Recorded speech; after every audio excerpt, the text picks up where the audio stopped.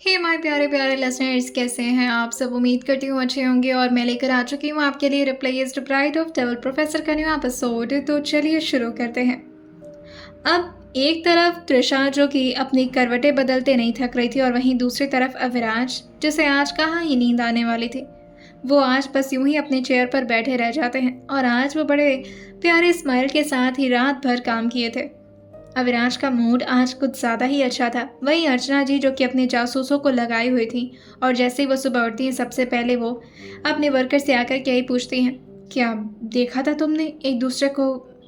क्या तुम लोगों ने देखा था अविनाश को उस कमरे में जाते हुए?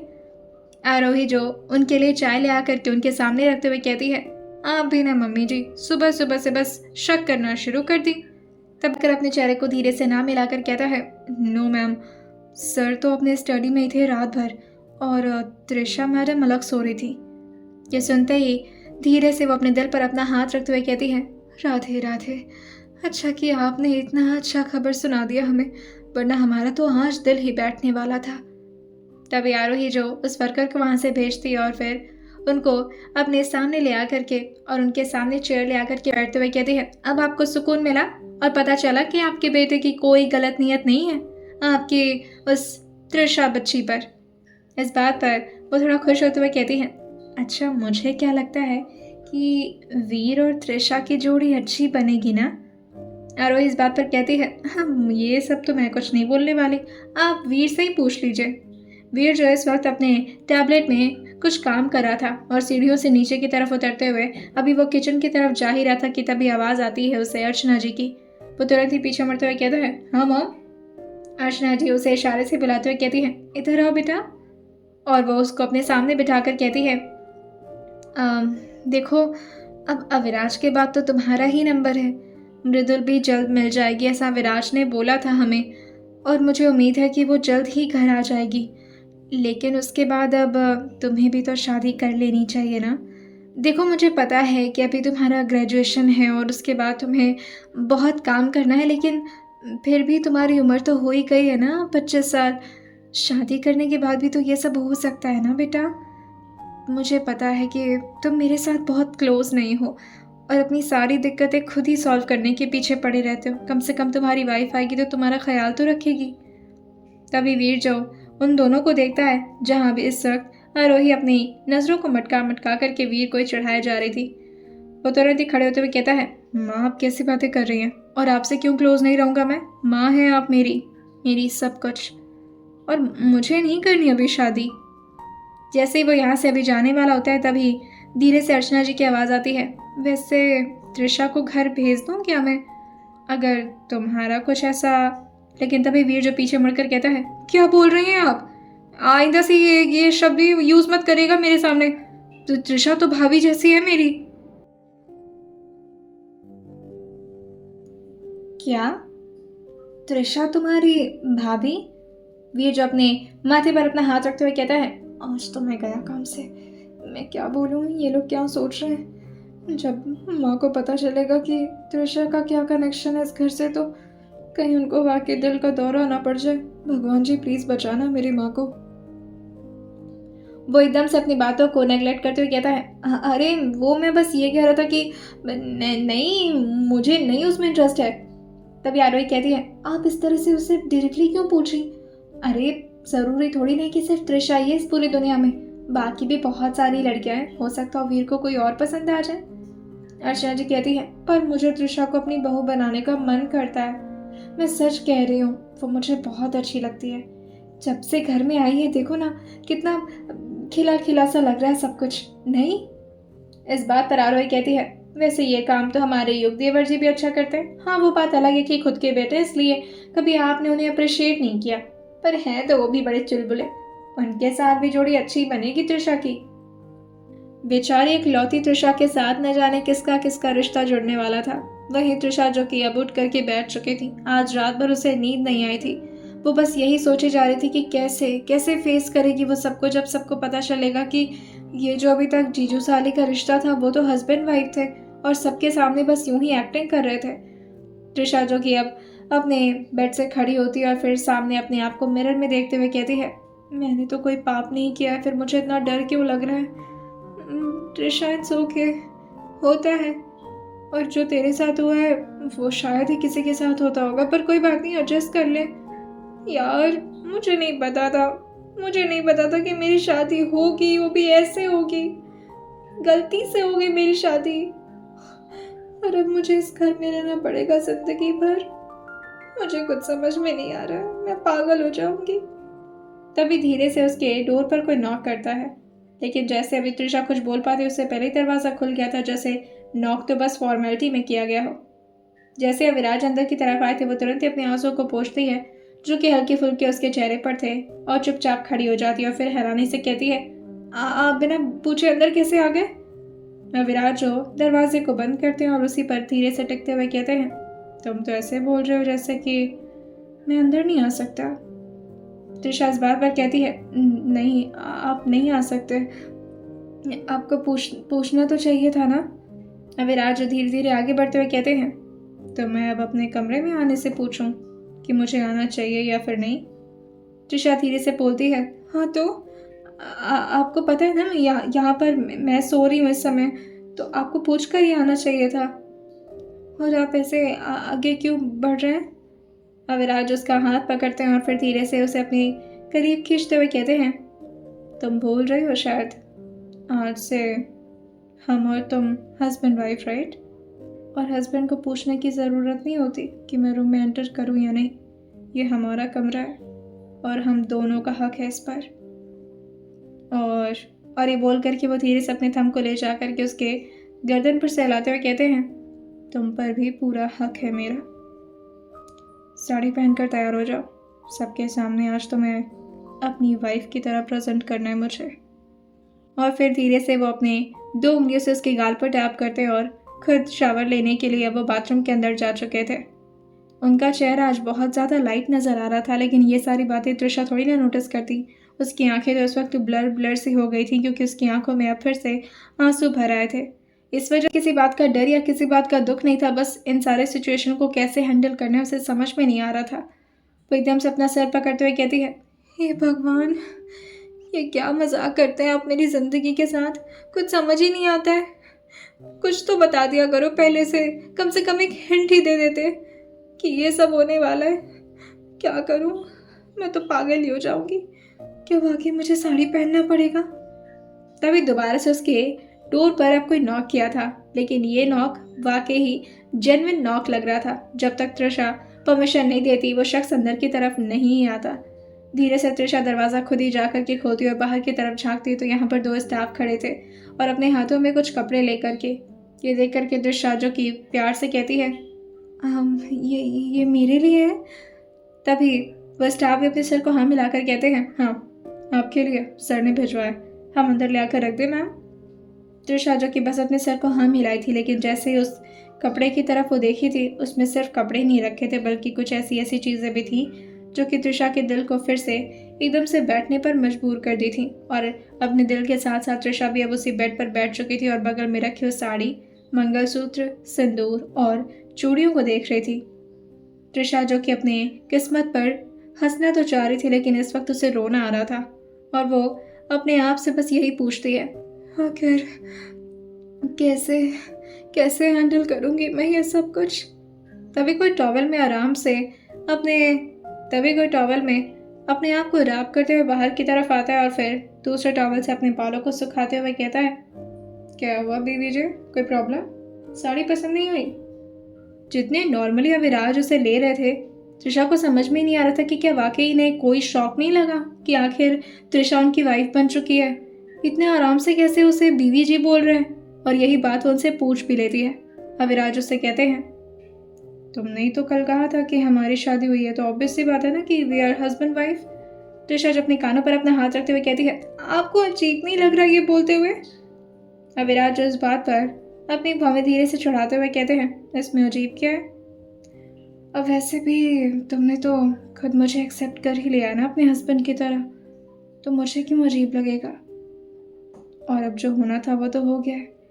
मैं किसी चीज़ को लेकर के ओवरथिंक नहीं करता, जो होता है मैं उसे एक्सेप्ट कर लेता हूँ।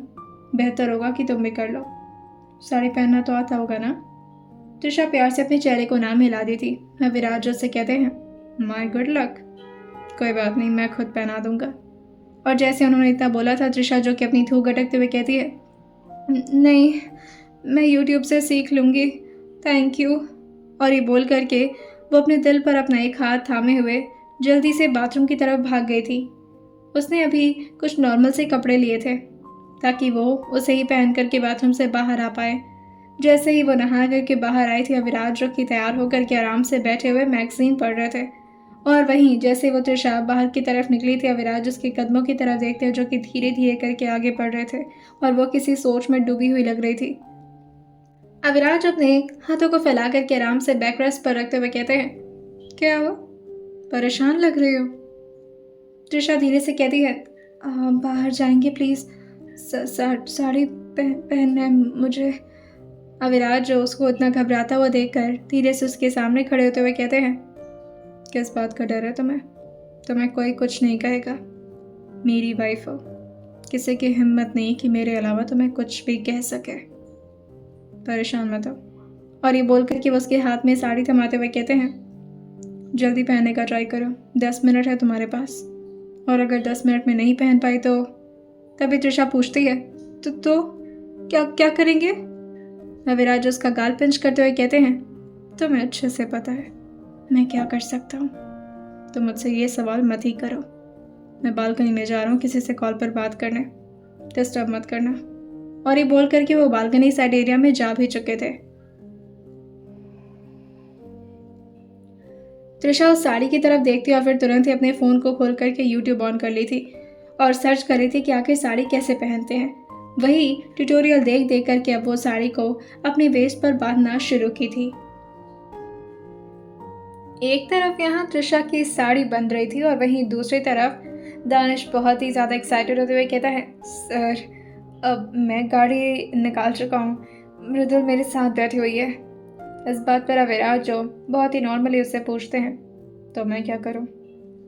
दानिश कहता है, नहीं सर, मैं तो बस इन्फॉर्म कर रहा था सर, मिनट तक हम लोग आपके घर पर होंगे, पहुंच चुके होंगे, तो आप वहां पर थोड़ा मैटर संभाल लेंगे ना सर, प्लीज़ सर। इस बात पर अविराज जो एक बार अंदर की तरफ झांकते तो हैं, लेकिन फिर उन्हें याद आता है कि नहीं, वो नहीं देख सकते हैं क्योंकि तृषा इस वक्त साड़ी पहन रही है।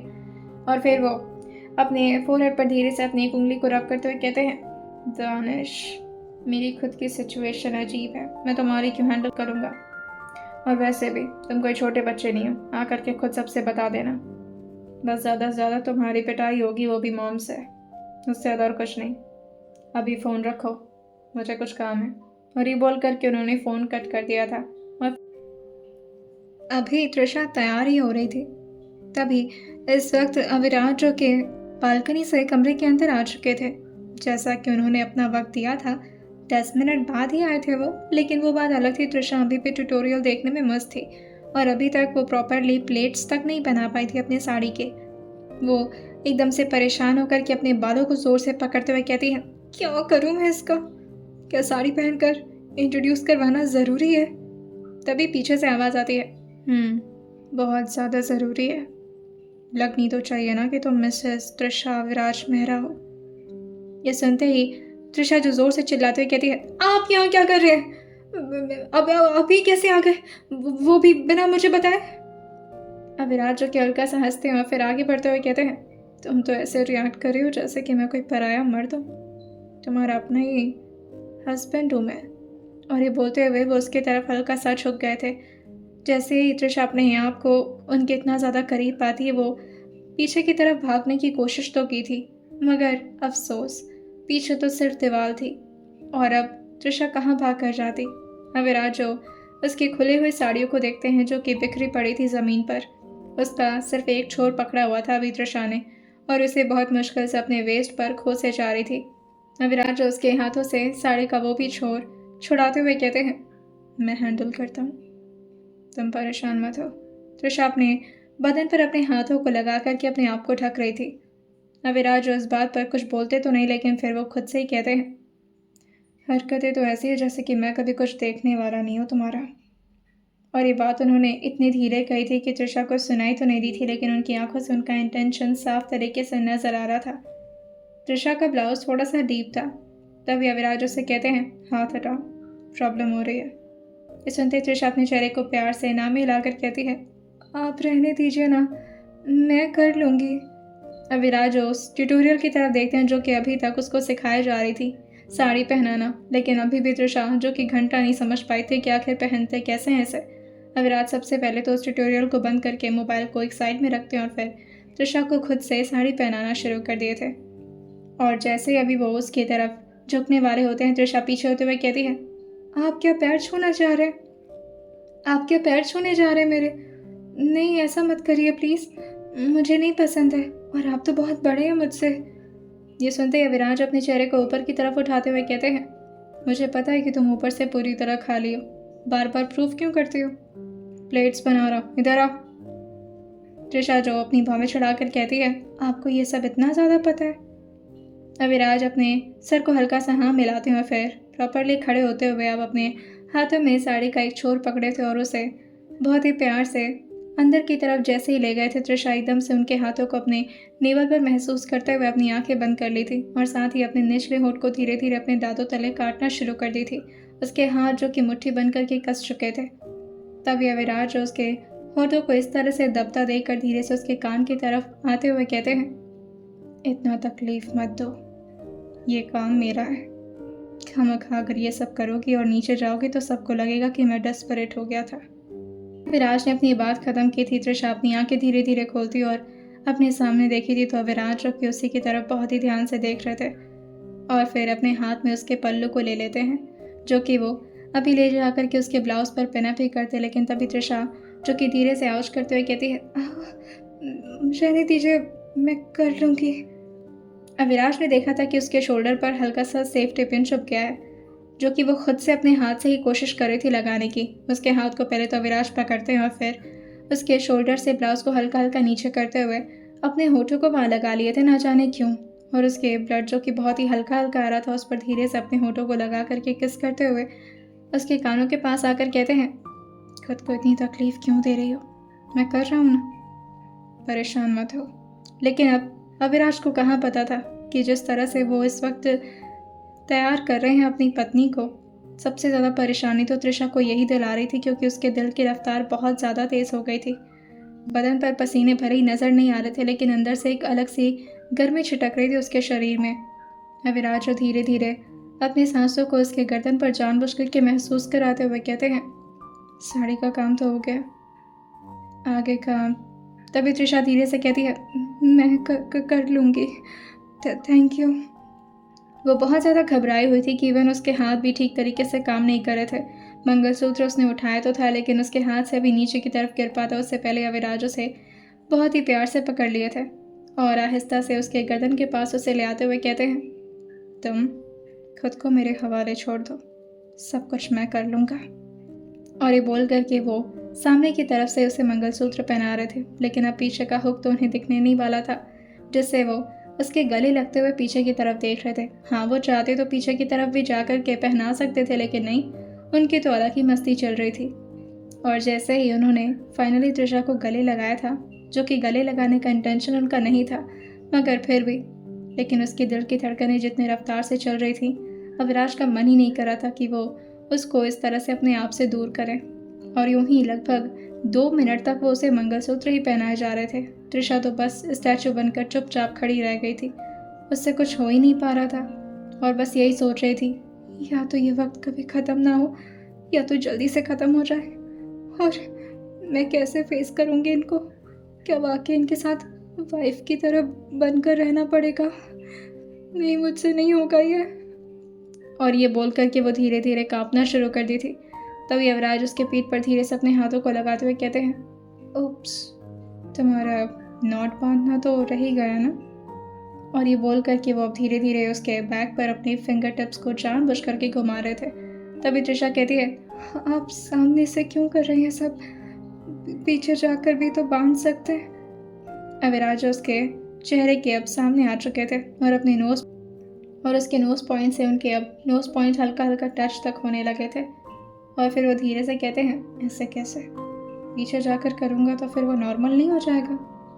ऐसे बांधने में जो मज़ा है वो पीछे जाकर थोड़ी ना मिलने वाला है मुझे। तुम चुप रहो और मुझे फोकस करने दो। और वो देख तो त्रिशा के चेहरे की तरफ ही रहे थे और उनकी आंखें तो ऐसा लग रहा था जैसे कि त्रिशा के अंदर ही झांक रहे हों। इस वक्त उनके हाथ जो कि जानबूझ करके इधर उधर घूम रहे थे और फिर फाइनली जाकर के 3 मिनट बाद उसके नोट बन पाए थे। और पीछे की डोर बांधने के बाद अविराज जो धीरे से उसके हाथों पर अपने हाथों को रखते हुए कहते हैं, आई थिंक कुछ चीज़ें अभी भी बची हुई हैं। और ये बोलकर उन्होंने अपने हाथों में सिंदूर की डिब्बी उठा ली थी। ये देखती त्रिशा जो कि चेहरे को ना तो करती, लेकिन तभी अविराज उसको चुप रहने का इशारा कर दिए थे और अपनी चुटकी में सिंदूर भर करके उसे ले जाकर त्रिशा के मांग पर धीरे से छुआ दिए थे, जो कि उसके नाक पर हल्का सा गिर गया था। अविराज जो कि उसके नाक को पहले तो अपने हाथों से पोंछते हैं और फिर धीरे से उसके नोज पॉइंट पर किस करते हुए कहते हैं, I think you are ready. जैसे ही अभी त्रिशा ये सुनी थी उसने अपनी आंखें धीरे से खोल ली थी और फिर अपने बल्लू को पकड़ते हुए कहती है, तो चले, मुझे घबराहट हो रही है, कोई कुछ कहेगा तो नहीं। अविराज ये सुनते ही उसकी तरफ देखकर अपने चेहरे को नाम हिलाकर कहते हैं, तुम अविराज मेहरा की बीवी हो, डॉक्टर अविराज मेहरा। किसी की हिम्मत नहीं है जो तुम्हें देखकर कुछ भी बोल दे, नीचे चलो। और ये बोलकर वो उसके हाथों को पकड़ते हुए धीरे धीरे नीचे की तरफ बढ़ रहे थे, लेकिन त्रिशा को एक तो साड़ी पहनने की वजह से दिक्कत हो रही थी और दूसरा जो कि डर की वजह से उसके कदम नीचे की तरफ जाने को रेडी ही नहीं थे। उसे बहुत ज़्यादा ही डर लग रहा था। लेकिन अभी जैसे ही वो लोग स्टेयर के फर्स्ट स्टेप पर पहुंचे थे, अविराज उसकी तरफ घूरते हुए कहते हैं, क्या चाहते हो, गोद में उठाकर लेकर चलो, घर वालों के सामने ज़्यादा रोमांटिक पति लगूंगा मैं, और मैं वो करना नहीं चाहता। त्रिशा तुरंत ही इस बात पर अपने सर को जल्दी जल्दी ना में हिलाकर कहती है, नहीं, मुझे ऐसे ही चलना है, गोद में उठाने की ज़रूरत नहीं है। अविराज उससे कहते हैं, गुड फॉर यू। और ये बोलकर वो उसके साथ अब नीचे आने लगे थे। वहीं नीचे तो अलग ही तमाशा चल रहा था। मृदुल और दानिश जो यहाँ पर चुपचाप शांति से खड़े थे, वहीं अर्चना जी जो कि लगातार बस यही बोले जा रही थी, कितना अच्छा हुआ, मेरी बच्ची आ गई, अब अविराज को कम से कम उसकी पत्नी तो मिल पाएगी। लेकिन दानिश लगातार उनको समझाने में लगा हुआ था, आप क्यों नहीं समझ रही हैं, हाँ आपके घर की बहू है ये, लेकिन ये अविराज सर के साथ नहीं, आप समझिए ना प्लीज़। लेकिन अर्चना जी जो कि कुछ समय कहती हैं, क्या समझूं मैं, हाँ अविराज की बीवी है ये और ये सब कोई जानता है, और तुम कहना क्या चाहते हो, खुलकर बात करो ना। दानिश को तो समझ ही नहीं आ रहा था कि वो खुलकर कैसे बात करे, आखिर किस तरह से बताया कि जिस लड़की को वो अविराज की पत्नी समझ रही है वो अविराज नहीं बल्कि उसकी अपनी पत्नी है। तभी जैसे अविराज की तरफ नूर का चेहरा मुड़ा था, वो हैरानी से कहती है, त्रिशा तुम ऐसे। और जैसे ही बोल करके वो भी बढ़ी तो थी त्रिशा की तरफ भागते हुए, लेकिन तभी अविराज उसको रोकते हुए कहते हैं, भाभी है तुम्हारी, त्रिशा क्या होता है। जैसे ही अर्चना जी ये सुनी थी, वो भी एकदम से पीछे मुड़ती और हैरानी से कहती हैं, अब ये क्या नया ड्रामा शुरू हो गया, एक कम था जो दूसरा भी आ गया। अविराज बेटा, ये दानिश को समझाओ ना, समझाओ कि। लेकिन तभी उनकी नज़र पड़ती है अविराज के हाथों पर, जो कि बड़े हक से त्रिशा के हाथों में बंधे हुए थे, और अपने हाथों से जिस तरह से उन्होंने त्रिशा के हाथों को पकड़ा था, समझ में आ रहा था कि ये रिश्ता कोई नॉर्मल तो नहीं है, सिर्फ स्टूडेंट प्रोफेसर इस तरह से एक दूसरे के साथ होते। और फिर उनकी नज़र पहुंचती है त्रिशा के मांग और उनके गर्दन पर, जहां मंगलसूत्र और सिंदूर दोनों था।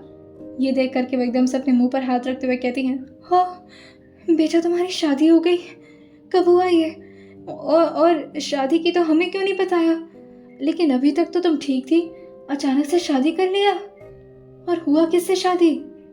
अविराज जो सबकी तरफ एक एक बार घूरते हैं और सबको बैठने का इशारा कर दिए थे, और त्रिशा के साथ वो अब आ चुके थे मेन हॉल में, जहाँ पर सिटिंग अरेंजमेंट्स थी।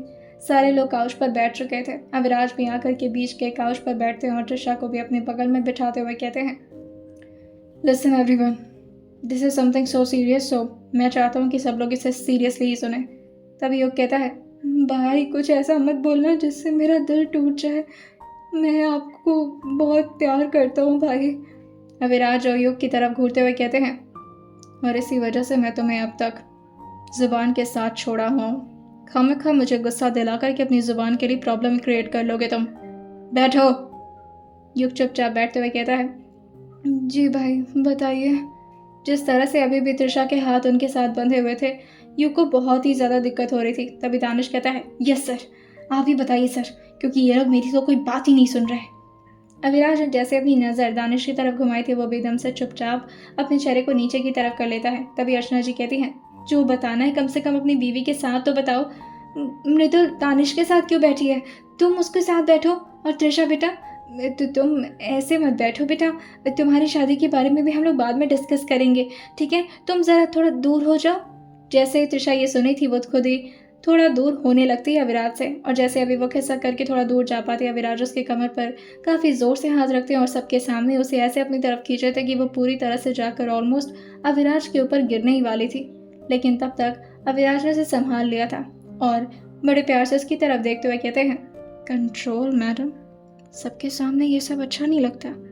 त्रिशा जो हैरानी से उनका मुंह देख रही थी कि आखिर कर तो ये सब कुछ खुद रहे, उसे क्यों ब्लेम कर रहे, लेकिन वो क्या ही बोलती। वो चुपचाप अब सामने देखने लगती है, लेकिन अंदर ही अंदर वो बहुत ज़्यादा चिड़चिड़ महसूस कर रही थी इस आदमी के लिए। और बार बार उसके हाथ जो कि जा रहे थे विराज के उसी हाथ पर जहाँ उन्होंने बड़े हक से त्रिशा के कमर को पकड़ रखा था। अर्चना जी एकदम से अपने चेहरे को दूसरी तरफ करते हुए कहती हैं, ये सब क्या हो रहा है? ये मुझे अपनी उम्र में ये सब क्या देखना पड़ रहा है? कहीं मेरा दिल ना बैठ जाए, हार्ट अटैक ना हो जाए मुझे बेटा। और ये सारी बात वो आरोही से कर रही थी। तभी आरोही जिनको शांत रहने का इशारा करते हुए कहती हैं, एक मिनट ज़रा हम सुन लें अविराज जी कह क्या रहे हैं। हाँ, आप बताइए देवर जी कि क्या कहना चाह रहे थे। अविराज जो कि सबकी तरफ देखते हुए कहते हैं, एक्चुअली द मैटर इज़ के मैं शादीशुदा हूँ। ये सुनकर के अर्चना जी कहती हैं, हाँ बेटा, ये बात तो मुझे पता है, मुझे लगा कि तुम ही भूल गए हो, और जिस तरह से तुम त्रिशा के साथ चिपके हो ना, ये ठीक नहीं है बेटा। देखो, अपनी पत्नी के साथ ये सब। तब अविराज कहते हैं, मैं अपनी पत्नी के साथ ही बैठा हूँ, एंड द फैक्ट इज कि त्रिशा ही मेरी पत्नी है। जैसे ही अर्चना जी ने ये सुना था, वो एकदम से अपने दिल पर हाथ रखी थी, और वहीं युग जो एकदम से खड़ा होता है और घुटने की बल आकर के बैठते हुए कहता है, नहीं, ये नहीं हो सकता। नूर भी एकदम से अपने मुंह पर हाथ रख ली थी। तभी वीर जो उसके हाथ पर धीरे से अपने हाथ को रखते हुए कहता है, इट्स ओके, होता है कभी कभी ऐसी चीज़ें। नूर कहती है, ऐसी चीज़ें कैसे हो सकती हैं? भाई क्या बोल रहे हैं? शादी किसी और से की और पत्नी किसी और को बोल रहे हैं। अविराज जो एक और बार सबकी तरफ देखते हैं और फिर त्रिशा की तरफ मुड़ते हुए कहते हैं, तुम नहीं कुछ बताओगे? सब कुछ मैं ही एक्सप्लेन करूं? त्रिशा अपने चेहरे को ना मिलाकर कहती है, मुझसे कुछ नहीं बताया जाएगा, आप ही। लेकिन तभी मृदुल खड़े होते हुए कहती है, I am so sorry Aviraj ji की इसमें कोई गलती नहीं है। इवन अविराज सर ने तो मेरी बहुत हेल्प की है, मुझे माफ़ कर दीजिएगा आप लोग। मैं इस घर की बहू बनने के लायक नहीं थी शायद। मैं सच कहूँ तो मैं दानिश जी से प्यार करती थी, और मेरे घर वाले ज़बरदस्ती मेरी किसी ऐसे आदमी से शादी कराने वाले थे जो कि बहुत ज़्यादा ख़राब और डेंजरस था। और तब जाकर के मुझे अविराज सर मिले दानिश जी के थ्रू ही, और उन्होंने मेरी हेल्प करने के बारे में सोचा। इवन हेल्प करने के चक्कर में उन्होंने अपने बारे में ना जाने कितनी अफवाहें फैला दी, और हमारी शादी तो हुई ही नहीं है कभी। अविराज सर तो मेरे लिए सिर्फ मेरे सर जैसे हैं जिन्होंने मेरी ज़िंदगी बदल दी, और आज मैं दानिश जी के साथ हूँ तो वो भी अविराज सर की वजह से। तो थैंक यू सर।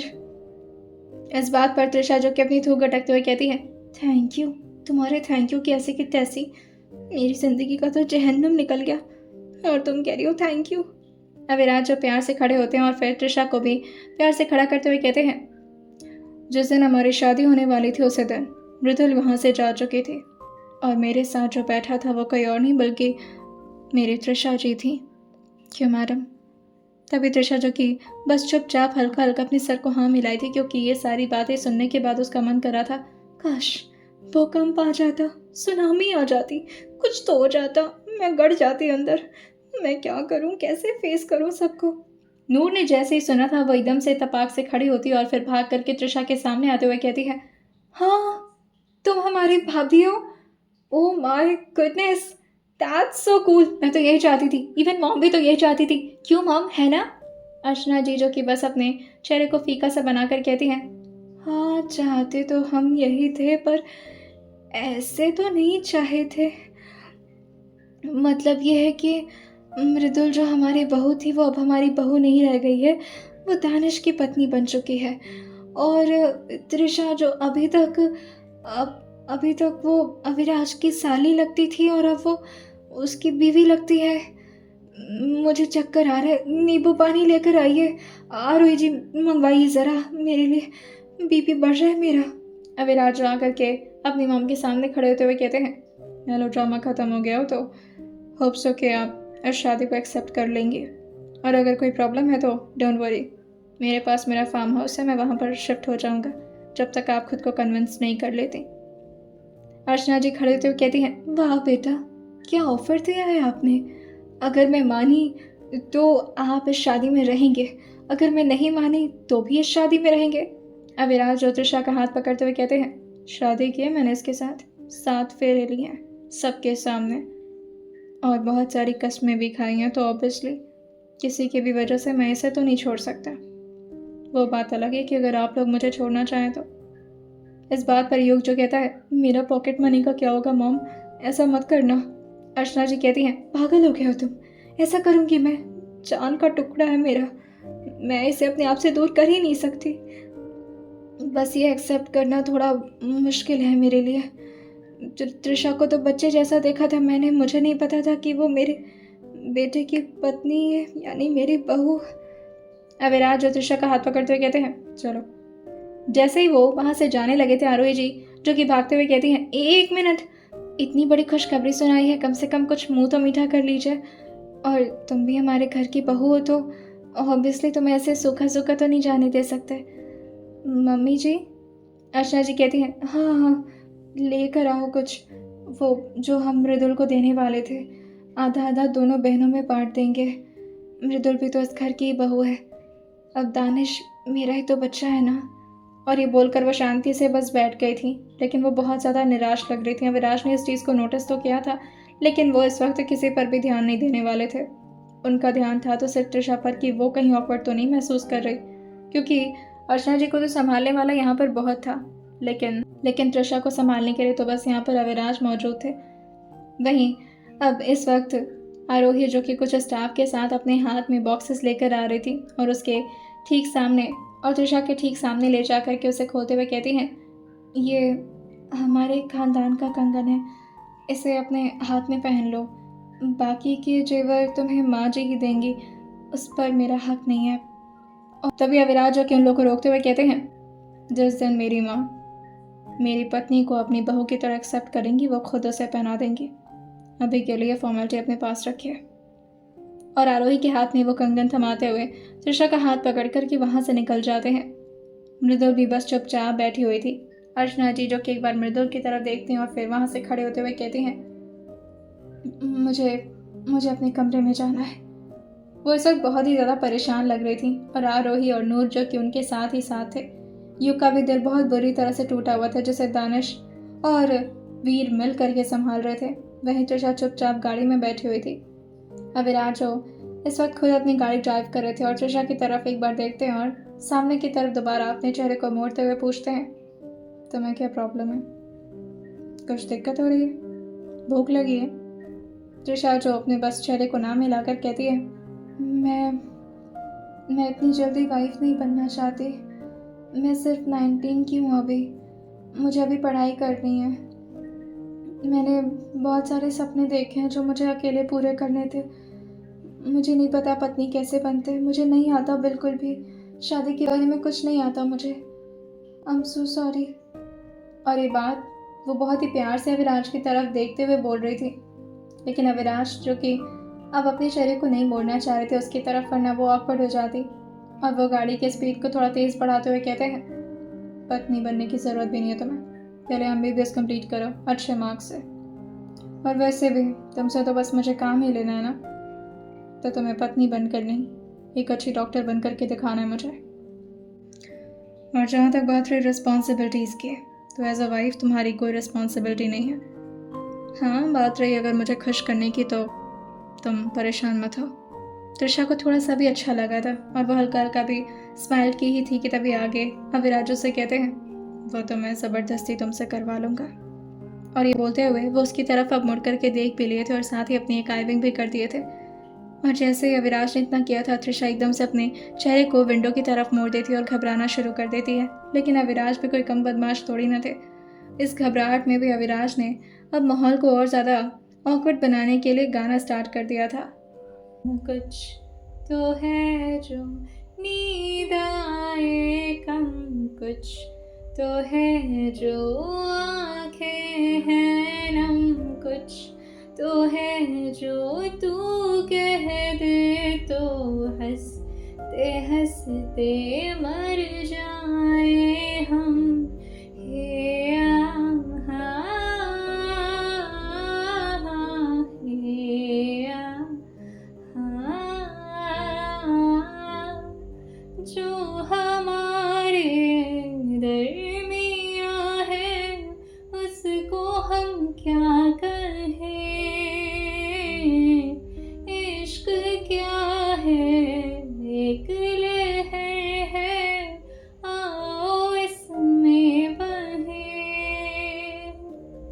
कुछ तो है जो तुम ना सोए, कुछ तो है जो हम हैं खोए, कुछ तो है जो हम दोनों यूं हंसते हंसते इतना रोए। हे